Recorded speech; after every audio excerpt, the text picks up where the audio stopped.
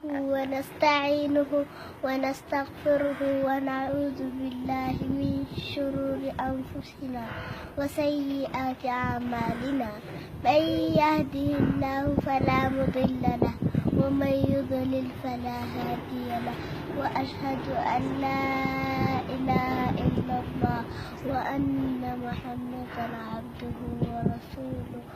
فضل الذكر قال الله تعالى فاذكروني أذكركم واشكروا لي ولا تكفرون.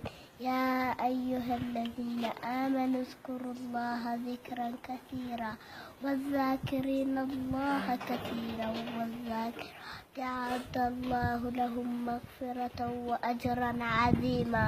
واذكر ربك في نفسك تضرعا وخيفة ودون الجهر من القول بالغدو والآصال ولا تكن من الغافلين. مثل الذي يذكر ربه والذي لا يذكر ربه والذي لا يذكر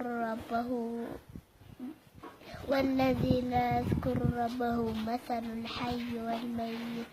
وقال صلى الله عليه وسلم ألا أنبئكم بخير أعمالكم وأزكاها عند مليككم وأرفعها في درجاتكم وخير لكم من أن تلقوا عدوكم وتضربوا أعناقهم ويضربوا أعناقكم. قالوا بلى قال ذكر الله تعالى. ما شاء الله. مكان كيني وميما رايا إنيو أبا وجه شي عمرين كميكا تربة. أما قرآن ما نقرأ جرت سورة النساء أشوف ما شاء الله كاشي بقى من دعاء سيقولتا دعوتها